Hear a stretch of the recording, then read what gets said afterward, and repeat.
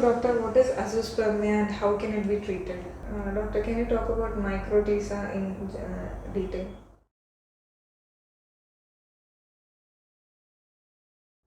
Hi, hello and welcome to my channel, My Triplet Journey. This is the famous Dr. Dharmaraj. He has done the most Microtisa cases in India. He has done his fellowship in Andrology from Cleveland Clinic, USA, Ohio.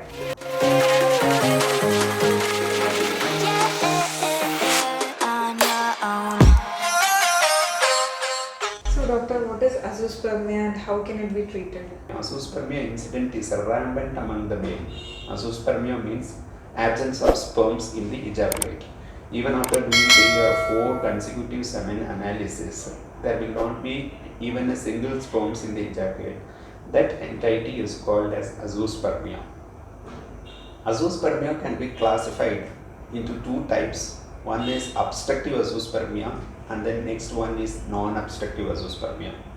Coming to obstructive azoospermia, there are various causes, that is obstruction in the transport pathway of the sperms from the testicle. Usually the sperms are produced in the testes.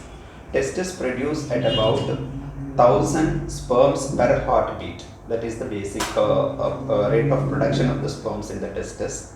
This testicular sperm is getting mature and then it is transported to a nearby adjacent organ called epididymis, which is part and parcel of the testis. Then through a tube called vas deferens, that is the tube which carries the semen from the testicle and it comes out ejaculated through the penis. There can be obstruction in any part. For example, in the testis itself, there can be obstruction in the rete testis or in the epididymis or in the vas deferens. In the prostatic area where the ejaculate is coming into the common pathway which carries urine and the semen. Any of the block in these area will cause azoospermia. Such azoospermia is called as obstructive azoospermia. In case of obstructive azoospermia, there are simple hormone tests like FSH, LH and testosterone, and then which will be usually normal. As far as testicular volume is concerned, it will be around 15 to 20 cc as far as Indians are concerned. This is the normal finding in case of obstructive azoospermia. As far as obstructive azoospermia, the treatment is almost always it resembles testicular sperm extraction by simple techniques of putting a needle inside the testis, taking few sperms and then using it for IVF program, that is ICSI, intracytoplasmic sperm injection. This is the most common method practiced. If that obstructive azoospermia has come because of vasectomy, then we can reconstruct the vas deferens and then so that we can bring out the ejaculate so that they may get natural pregnancy by the ejaculate sperms. Otherwise, most of the time the ejaculate sperm in obstructive azoospermia will not be coming out because mostly the obstruction will be at multiple places as I have briefed before.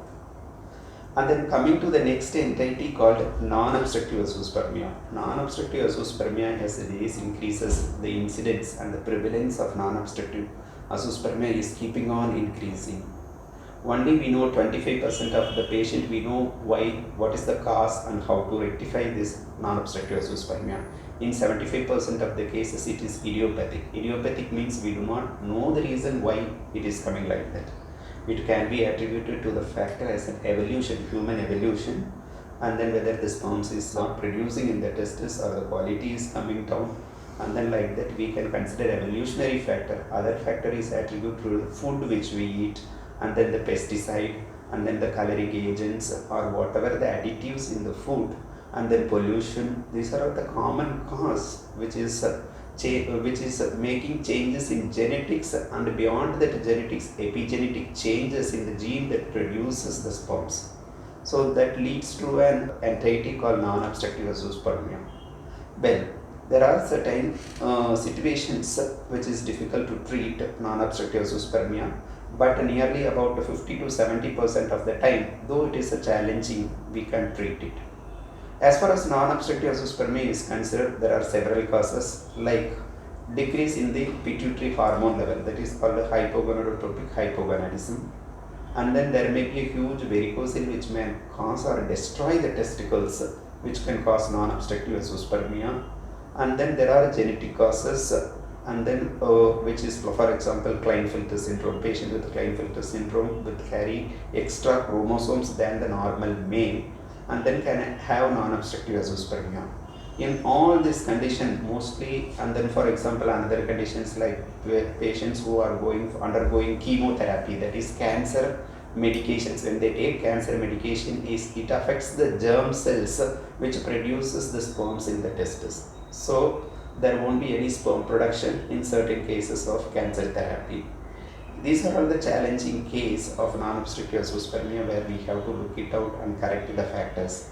In few cases, for example, 15 to 30% of the cases in non-obstructive azoospermia, by correcting the factor which causes non-obstructive azoospermia, we can bring out few sperms in the ejaculate, which is more than enough to have an IVF baby.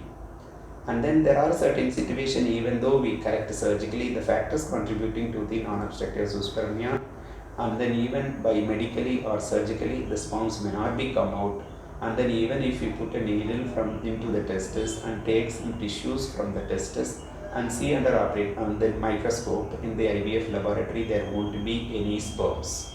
This is called as non-obstructive azoospermia. Pregnancy out of obstructive and non-obstructive azoospermia, once you get good quality embryo by fusing the sperm extracted from the testis and then into the oocyte taken from the female, based on the quality of the embryo, the pregnancy used to happen. There is no difference between the normal pregnancy and the pregnancy happening by the surgical method and IVF. So we can recommend this kind of treatment for the patient who is suffering from such problem of azoospermia. Doctor, can you talk about Microtisa in detail? Yeah. As far as Microtisa is concerned, that is microsurgical testicular sperm extraction technique. It is a surgical technique which is performed in case of non-obstructive azoospermia. It is not needed in case of obstructive azoospermia. We can classify, as I have told, that it's azoospermia into obstructive and non-obstructive based on the hormone analysis, and to a certain extent based on the biopsy, that is taking the testicular tissue and assessing in the laboratory, IVF laboratory, to check any sperms are there or not. If there is no sperms, and then it is called as non-obstructive azoospermia if it is not in the testicular tissue.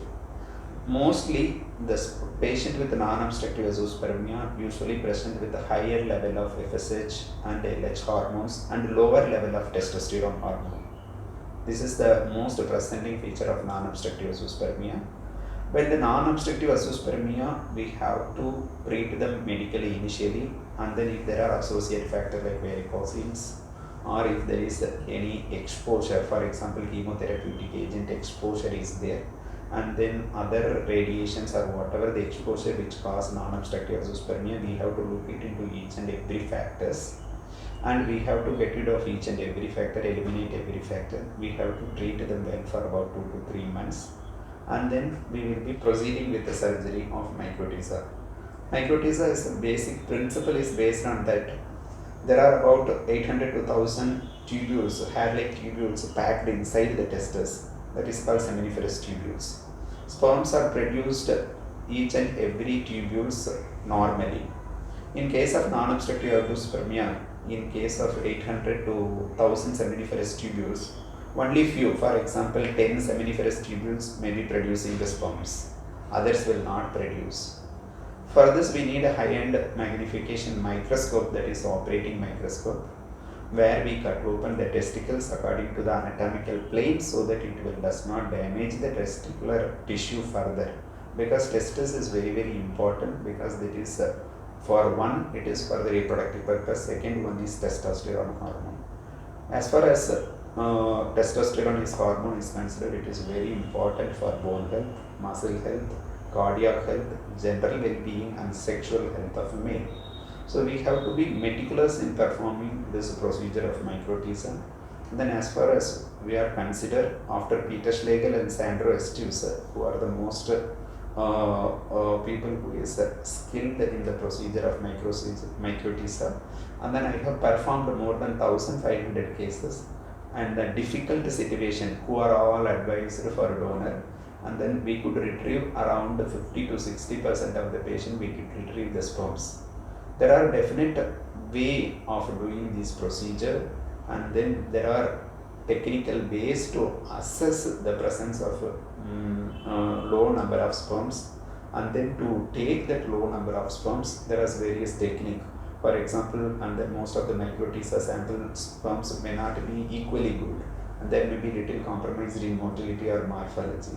In that case, we have to look into lot of sperms and we have to select the particular sperms which probably can give a good embryo.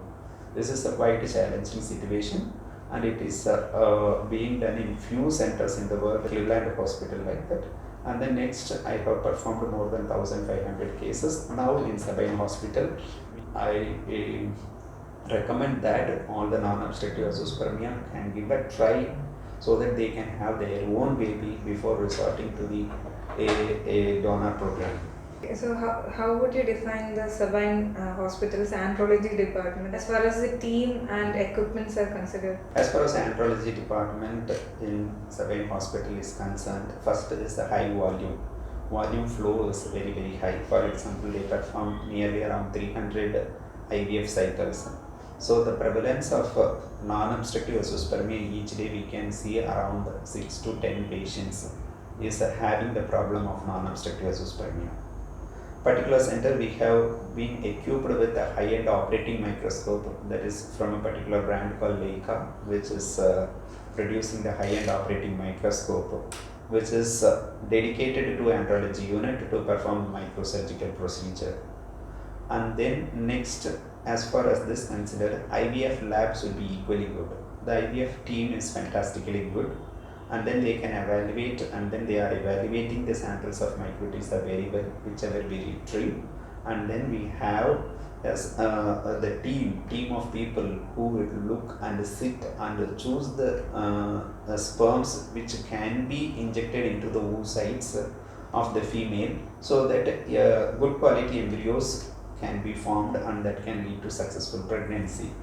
As far as IVF laboratory is concerned, in terms of microsurgical TISA, cryopreservation, and then even an embryoscope which can assess the growth and the cleavage rate of the embryo, and then even in case of Microtisa, we can assess, because these are all patients who are having compromised parameters. When we put it in embryoscope, we can assess and choose particular quality embryo to get transferred based on the cleavage rate and their morphological appearance. So, as far as concerned, SABINE Hospital is well equipped with operating microscope high-end, and then the laboratory microscope high-end, and then the embryo monitoring high-end, and the freezing program of embryos and the oocyte and the sperm at the high-end, so that they can able to produce, and they are producing a good result for the people who suffers from non-obstructive azoospermia, where most of the patients are going for donor program elsewhere. Is this andrology department open to all? Like, can people from outside India come and get treated here at SABINE Hospital? And what is the cost of treatment in terms of dollars? Yes, of course, not only from Kerala, from nearby states of Kerala, and then other states throughout the India, people keep on coming for treatment at SABINE Hospital.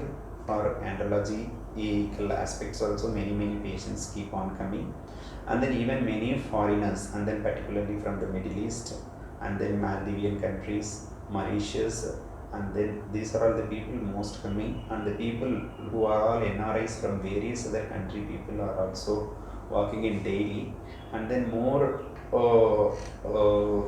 importantly, we can say that here the treatment aspect is cost effective, because the IVF rate, nobody can give 100% guarantee in the one cycle of IVF that they will become pregnant. So it is a chance event, and then so that they may get or they may not get. Most of the time they get pregnant, that is 60 to 70% in one cycle, and then rest of the people may need 2 or subsequent cycles to get pregnancy. As far as Microtisa is considered, it was considered as a high cost procedure in US and other developed countries. And then as far as SABINE Hospital is concerned, it costs around nearly $500 to $600 the entire procedure, and then which is involving, and this IVF procedure is also cost effective. So combinedly putting together, it is very cost effective in terms of producing the baby for such suffering couples who are suffering from non-obstructive azoospermia. So it is a very cost effective technique, even though it involves a lot of procedure and then technique, and then the hospital has taken it as a challenge, and then to offer for the poorest people who are willing to have the biological children through their own sperms and oocytes. Joining us, thank you for giving all these valuable Thank you. information. Thank you. I really hope this becomes of use to you. I hope you get valuable information from this. Thank you, doctor, for joining us.